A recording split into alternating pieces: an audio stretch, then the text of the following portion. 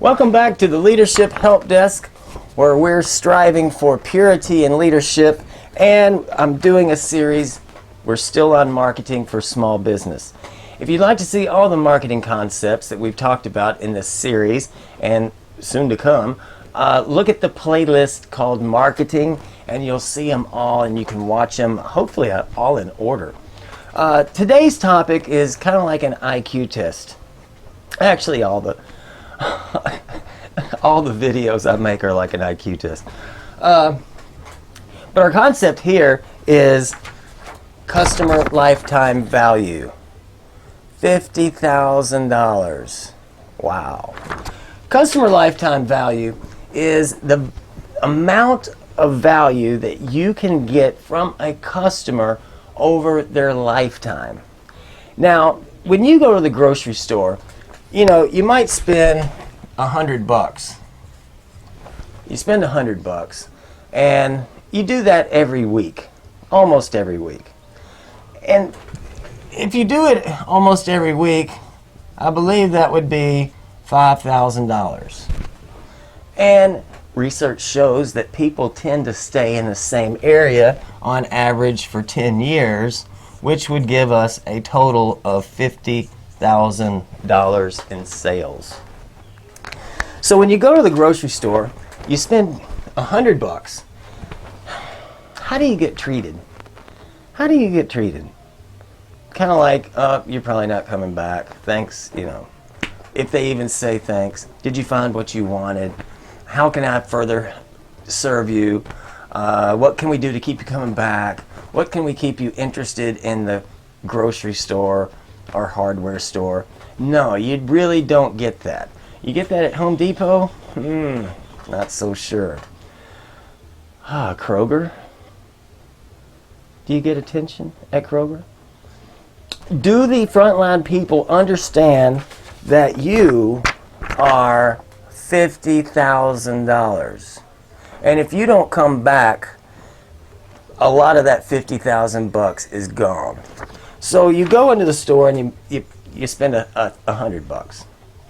You don't get treated well.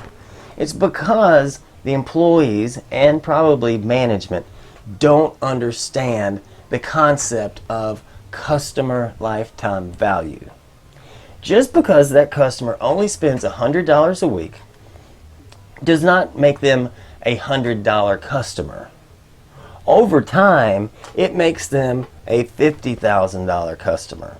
Now, if you go spend $200 a week at the Walmart or whatever, you're a $10,000 customer on average over the 10 years. $100,000 customer. But do they see it like that?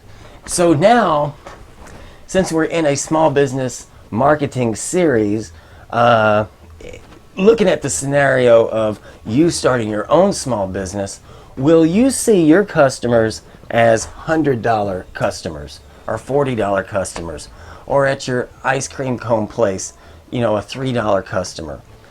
Or do you see them over the lifetime and what they could create for you as a business owner?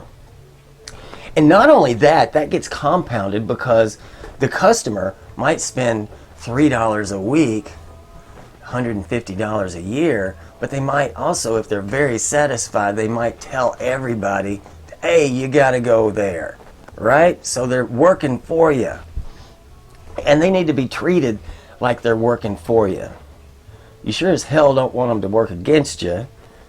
You don't want them to just stop coming. You want them to keep coming back so you can increase that customer lifetime value. But you have to see the customer as in the big picture. Not just, it's $3. Get them out of here. Then we have the next concept of customer equity, which is where we take, say our average customer spends $100 a week. They're over 10 years, they're $50,000 customers. And what if we had 100 of them? We got to look at that big number. Our customer equity is the total of all of our customers' customer lifetime value. So really, if you think about it, if you were to do a service in these hard times, and that service was $40 a week, $50 a week, 60, 70 per customer, clean houses, do something. Look at how much they would be worth over the lifetime of your business, or you serving them, and then multiply that times how many customers you have. And that's how you can see how much customer equity you have. Now, next concept, share of the customer. Walmart is a master of this. Share of the customer. If you're 50-ish like I am, you remember back in the day when Walmart started out. It was clothes, it was redneck stuff, right? Rural. Some clothes, maybe cleaning stuff, fish, pets, fishing and hunting, general goods, maybe some clothes. But that basically sums up Walmart 30 years ago. Actually, 40 years ago. And then Walmart said, I need more share of the customer. It was, if you lived in a small town, you had a Walmart, you basically just gave your paycheck to Walmart. But they said, we need more share of the customer. And it was about 30 years ago when they started saying, hey, let's get into the grocery business. Let's see how that works. So we're not only going to get them on all of this small town stuff, we're going to get their grocery money too. I think the biggest problem back then, the concern that my professor told me, at least anyway, was that the average person spent so much time in a Walmart as it is, and then if we put groceries in there, we're probably going to freak them out because they're going to have to stay in there twice as long, and they're going to go crazy. So that was a problem. But now look at your Walmart. Share of the customer. They have a tire center. Share of the customer. I've never bought gas there, but I think they have gas. Share of the customer. The garden center does probably go back to the early days. Pharmacy. The deli. I think you can get your eyes checked there. You can get your hair cut there. You can go to McDonald's while you're there. You can play games while you're there. What else is there? I'm trying to tour Walmart. They've always had electronics. All the ways that they were able to get more money from the customer. How much money can you get from your customer? This is not a guilt thing. It's not being greedy.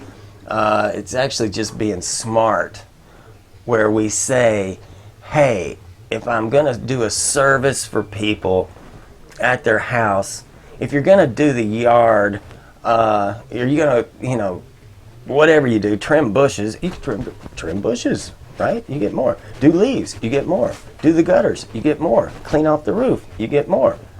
Take the dog for a walk, for Christ's sakes. You get more.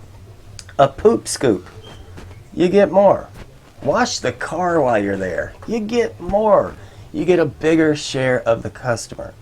And that is an important concept for you as a small business. In fact, the more share we get of the customer, the bigger their lifetime value is. And the fewer customers we have to serve properly to maintain an customer equity of whatever size that would be. Now, this is from the textbook, and I borrowed this from Warren Buffett. Share of the mind. In advertising, we refer this to the evoked set. When you think of some product category, what brands or people come to mind? And if they do come to mind, how high are they up there in that ranking?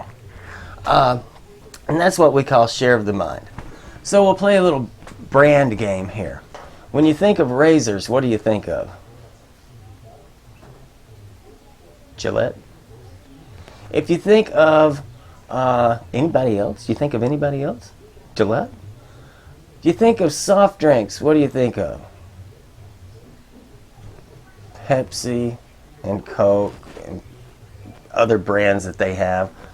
basically two major companies sharing the share of the mind. As far as I know, you probably have other products. When you think of takeout pizza, what comes to mind? There's a lot of those out there now, so that's, they're fighting for that share of the mind. Oh, Pizza Hut, or I don't know what the companies are now. Look at burgers. It used to be Burger King, McDonald's, and who else? Sonic, somebody else. Wendy's. That's the share of the mind. That's the evoked set. I want a burger. Those are my options. But now, that's getting eroded. McDonald's, Wendy's, Burger King, but that's eroded because you don't hear about them as much. In fact, I wanted to buy stock in Wendy's, but I'm kind of like, I don't think they're going to maintain themselves in the share of the mind. They're trying to go kind of gourmet, doing a little product concept instead of production concept. But we got In-N-Out Burger. When you hear about a burger on the news, I just saw a blurb. In-N-Out is somebody's favorite burger. Tom Hanks loves it. I forget who. But anyway, and then you got Five Guys. Five Guys are in there trying to, earn their way into the share of the mind of the consumer. What do you think of when you think of grocery stores? What do you think of when you think of ice cream cones? Maybe your small town, your city has a special shop where people go to get ice cream. And that's a small business that has gotten its way into the share of the mind, into the evoked set of the customer. What do you think of when you think of plumbers? There's somebody on your mind. They are taking up a space in the plumber category. What do you think of when you think of specialty men's clothing in your location? Right? Bing, bing, bing. They're taking up that share of the mind in that product category. So, there we go. Customer lifetime value, a lot of people don't see that. And if they can't see that, they can't see customer equity. A lot of people are missing out, leaving money on the table, having unmet needs being unmet because I can't find anybody to do it, but you're here already. You could have been doing that. And then we have share of the mind. All of these very important, especially for a small business trying to market themselves. These are key concepts, and it is almost like an IQ test. I'm going to treat you like garbage, which destroys my customer equity. Share of the customer, I don't do windows. And I've destroyed my brand, so I'm not even in consideration. You don't want to do that, folks. Go to the marketing playlist for the Leadership Help Desk, and you'll see all of these concepts, and that way you can review, take notes, and apply them to your situation. I hope you like this video, and we'll see you next time. Thank you.